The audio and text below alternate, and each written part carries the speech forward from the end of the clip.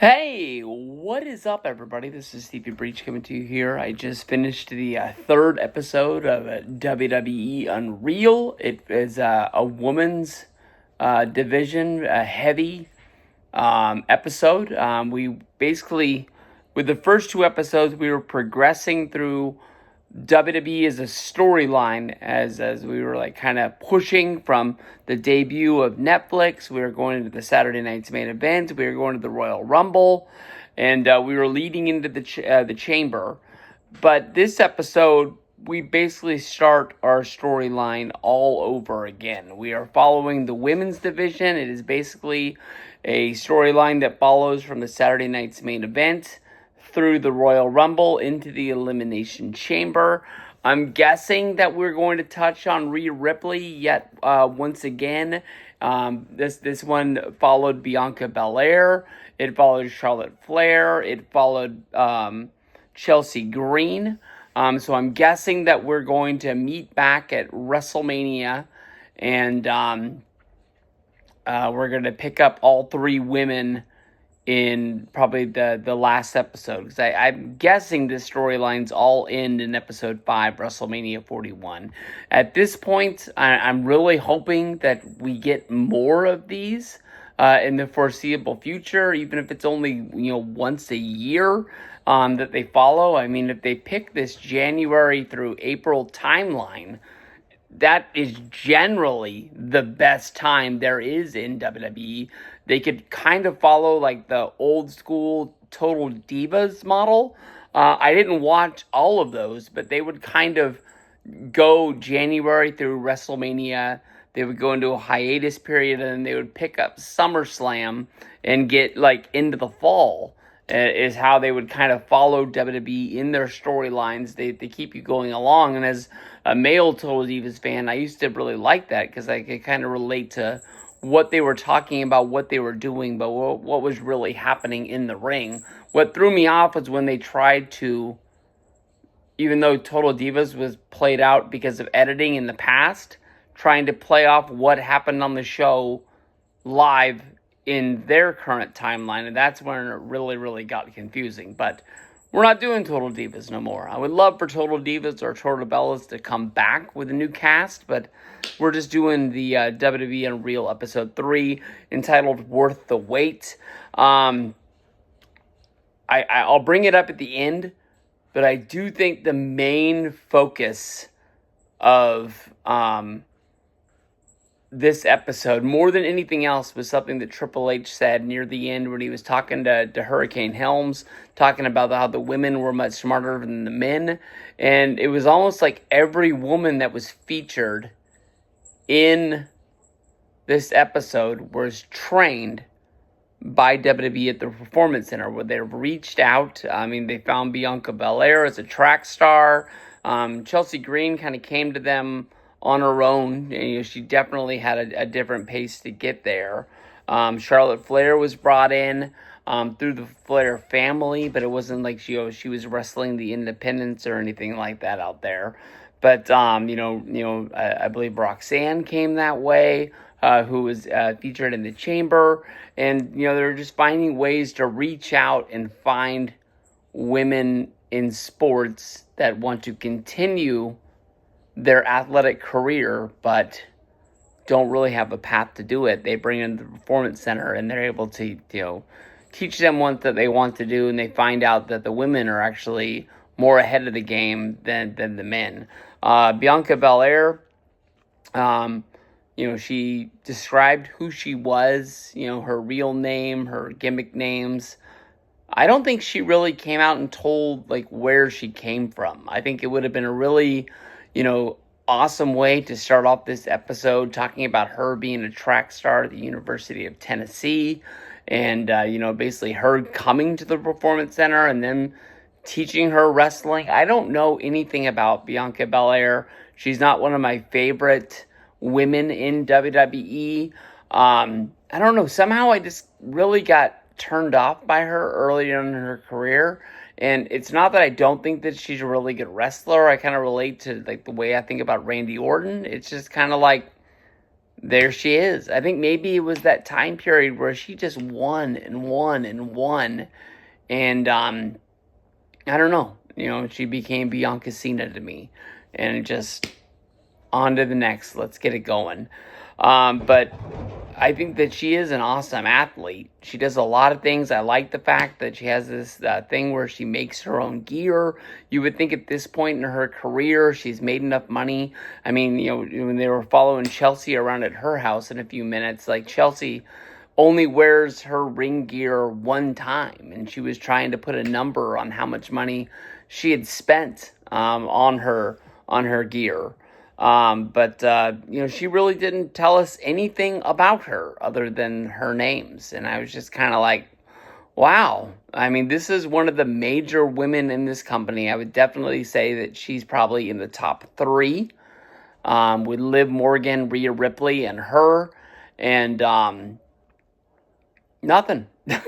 We follow Chelsea Green, who got a big bulk part of this episode, and we see her at her house, the one that she shares with Matt Cardona, a lot like when we were at Rhea Ripley's house in the first episode. There was no reference to Matt working there. There was no reference to Matt being Zack Ryder, him being a professional wrestler, just her, and that's what it was all about. I think that honestly, when she was describing the wrestling business, she makes the most out of anything that she can get. If it's just her, losing a match on Raw or losing a match on SmackDown, she's the first one to raise her hand and say that she would love to do it. It doesn't matter if it's a loss or a win, it's her chance to be on TV. We see her do so much media for the company. She's one of the first ones that just, we need 30 seconds with you in the back reacting to something that you're not getting a match on SmackDown, and she's going to do it. And that she knows that she's going to do it the best, and that's what's going to lead to her getting a chance somewhere down near the road. I think they were talking about Elimination Chamber was being held in Canada, close to her hometown, so she had like all of her bridesmaids, she had all of her friends, all of her family, all, get tickets for the show to come, and she had to brace it that she just did not get booked for the show. And, she's just kind of saying that, like, that's kind of the way it goes, and you're up and you're down. And I was really feeling for her because, she's going to get a big push in this episode, but I just kept thinking, like, this show's more than likely going to continue to follow her, and she wasn't booked at WrestleMania this year. So are we going to see her have another moment like this where it's another major show and she's not on it? But Stephanie McMahon was talking about the Divas. My apologies. Stephanie McMahon was talking about the women's division, and how emphasized it's been, and it keeps growing and growing and being a more important part of the show. They introduced more titles. I immediately wrote more titles with a huge question mark. I know that the title that they're going to start talking about is the Women's United States Championship that Chelsea's going to win at Saturday night's main event when she wrestles Selena Vega. I don't think that title has been defended since the SmackDown right before Night of Champions that was over in Saudi Arabia. I know they gave it to Julia, who had, a really quick time in NXT. She really got pushed through really quick. My buddy Matt, I'm tired. That's why this is going to be the last episode of the day. But my buddy Mike is a really big fan of her and swears that she is a really good wrestler that comes from Japan, and that she's probably going to do really, really well in WWE. But I haven't seen much from her, and they don't put that belt on TV. I think Selena Vega, when she won the United States Championship from Chelsea Green, I think she only defended it one time before she lost it. I just don't think these titles have a real big place in WWE. When it came to WrestleMania 41, that's going to be in the future. The Intercontinental title was featured at WrestleMania, but it wasn't even defended. It was the champion wrestling in a tag team match, trying to win the tag team titles. So I'm not really 100% with that, but Chelsea, it was awesome to see her get a really big moment. I loved basically seeing her mark out in the back about her getting her own side plates, because I know from listening to the Major Wrestling Figure podcast, she says that she is somebody that doesn't really get excited about her career. She likes what she does. She loves what she does. But I know she's not somebody that goes out and collects her own figures. She's not somebody that, collects her own cards. I know that, in this show, when they showed her micro brawlers, when they showed her wrestling figures, that's Matt's wrestling collection, not Chelsea's. And he says he buys all this stuff because he wants to collect it for her. But she does not give a shit about any of that stuff, and he's just hoping that somewhere down the road she's going to, or their children, honestly, will care for him. But they were showing them getting ready for this match. They're doing a real good time, keeping kayfabe 95% of the time. But Chelsea walks down to the ring, talks to Michael Cole, saying that she's there to find out if she's winning or losing. And then they have this whole deal of them kind of Hurricane Helms and her planning out the match. They want her to hit a big leg drop off the top rope. I'm sorry, I think it was off the second rope for a finish.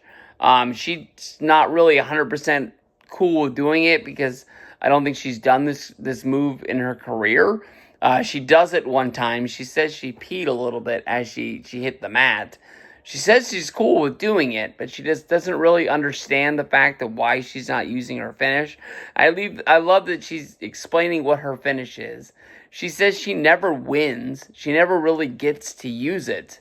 That's why it's such a big deal for her to win this big match and win it with her finisher. And she describes what a finisher means to a wrestler. It's their one move that is a part of them, that is kind of related to them more than anything else.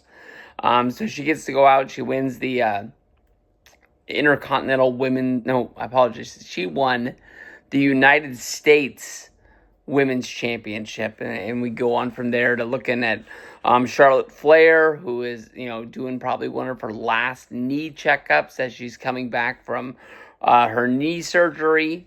She's telling her story, really sad story. I even choked up a little bit. I thought the tear was coming, but it never ran down. They explain how Charlotte got into the wrestling business. It was something that she was doing. They said it was something that she was doing with her brother, Reed Flair. She explained that they were going through developmental together, but a year into developmental is when Reed died of a drug overdose. And that's where I threw the question mark up. Are they trying to change storyline? Because I thought the story was that Reed was not in developmental, but he was training to be a wrestler, and he died of the drug overdose. I don't remember him being in WWE, and I thought that Charlotte picked up wrestling as her way to give back to her brother, for her to give to the family what the brother was going to give, something like that. And I thought that's when she started training, was after Reed had died. But maybe I'm just not 100% sure on Charlotte Flair's progression. I remember when Reed got into wrestling, I remember the first indie show that he did. Hulk Hogan came to be the special guest referee. Ric Flair was in the corner. I want to say it was against the Nasty Boys or something like that. I know it was a big story. I know that High Spots recorded the show, and you could buy it as a tape on their site.